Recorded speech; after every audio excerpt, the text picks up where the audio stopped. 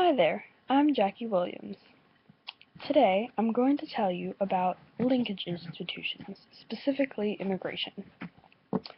For the first piece, there is an article called Executive Action to Protect Workers' Rights. That's the title. From this title, you can probably understand that workers of all kinds are not getting equal protection, equal chances, equal opportunities, and they're not being treated equally, which is kind of ridiculous. This was published on October 12th, 2014, which is very close, actually. It's very recent.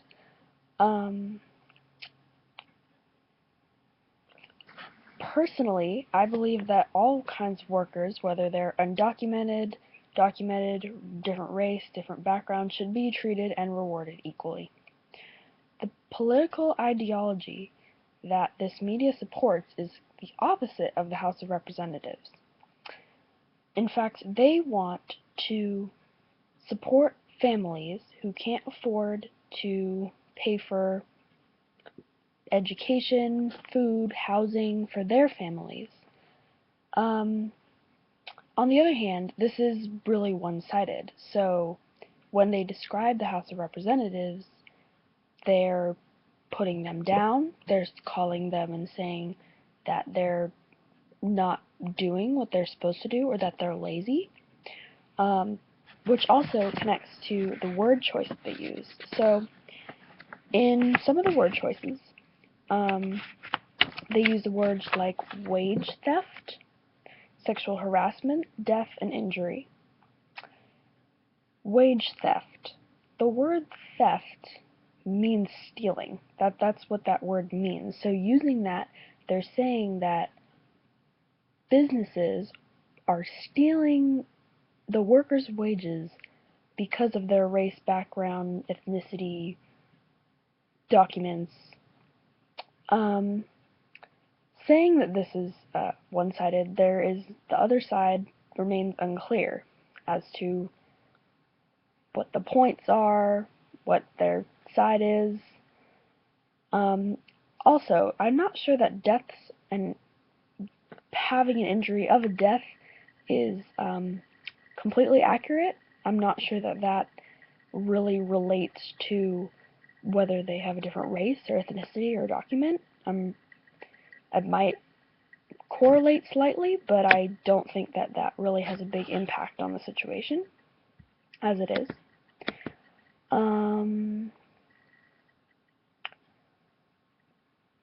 So the House of Representatives, as I said before, are not described in a way that sounds appealing. They are putting them on the other side and describing them sort of as like villains. They're not including all the actions that the House of Representatives do, which does put them down, which is very, very, very biased and doesn't really help the argument at all, especially for those who can separate the pieces and understand if they're actually using any logical fallacies or anything.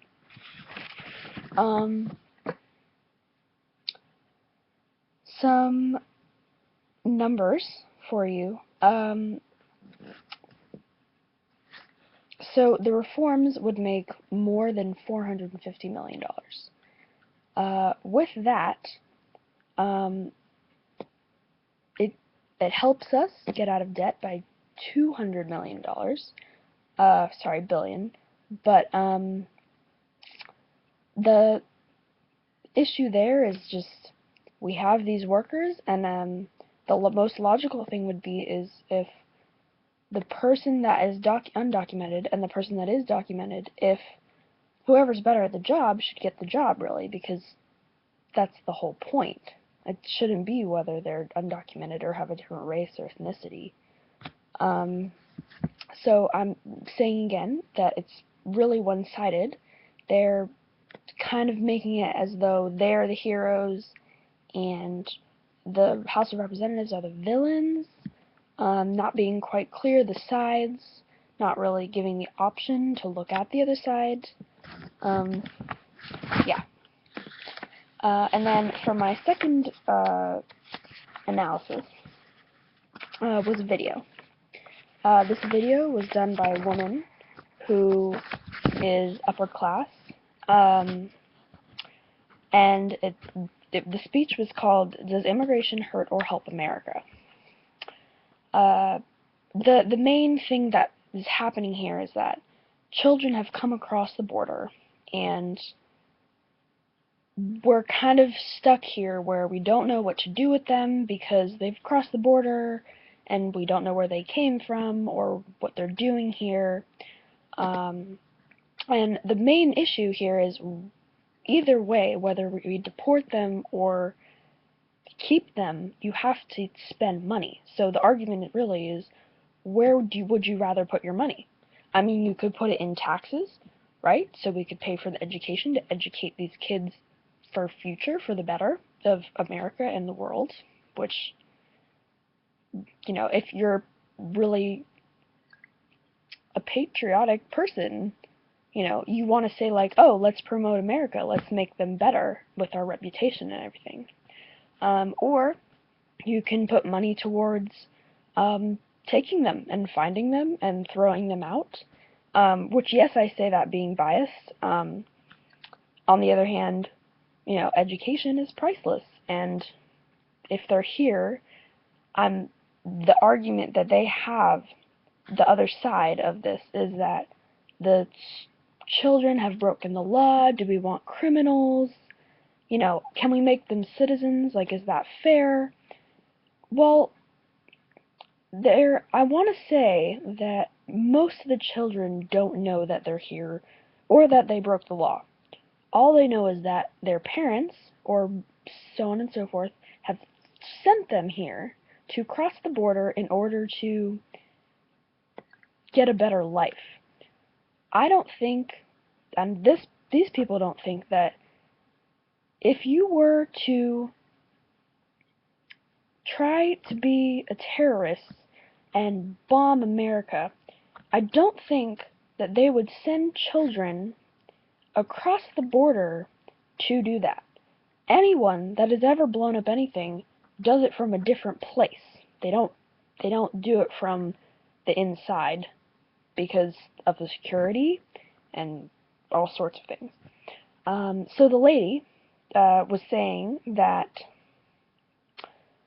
the topic of immigration still needs to be settled, and that we shouldn't make these kids march along out of America because we're going to hold guns to their heads. And holding a gun to anyone's head for something that they're either not aware of or they're not actually trying to hurt or ruin anything in America is a little bit ridiculous. It is a complicated issue. It does have a lot to do with money. It does have a lot to do with, if they broke the law by coming over, would we make them citizens? Personally, not necessarily that we make them citizens, but we need to make them at least residents, because as you look at America and the U.S., the goal really is to promote America and make it look appealing to people. That's why they come here. They don't come here to bomb the place, to, etc. There is 700 million to spend for education if we're going to educate these kids. That is an extremely large amount. It's understandable that people here don't want to pay extra taxes. On the other hand, you ask anyone in a public school with a public school lunch, we have never spent the least, right now, we have spent less on kids and their schooling than we ever did ever before, and especially during 2008. What? We, as a country, trying to make people work and trying to give them jobs and find people that can go into the government, if we don't educate those people, we're not going to have any of those. You know, you might as well educate them if they're already here. And they're not here to put America down. They're here because they're looking up to America, like America's going to give them a chance. The other issue is that these children are part of families, and if you send the children away, the families then are broken up, and then, you know, everyone's going to blame the U.S. and the government, and so it's a complicated issue, because, one, emotional or empathy should not drive the situation. Sorry. On the other hand, it's more of a political issue itself than something to do with emotions. It's really a logical thing. It's for financial purposes. The government, looking at it from a state's perspective, the state government would have to pay $761 million to educate the immigrant children because it costs 2 times as much because they don't speak English. That's where kind of the money goes, which is we have to put money somewhere and we don't know where it goes. This was published on July 4th, 2014. There isn't really much otherwise,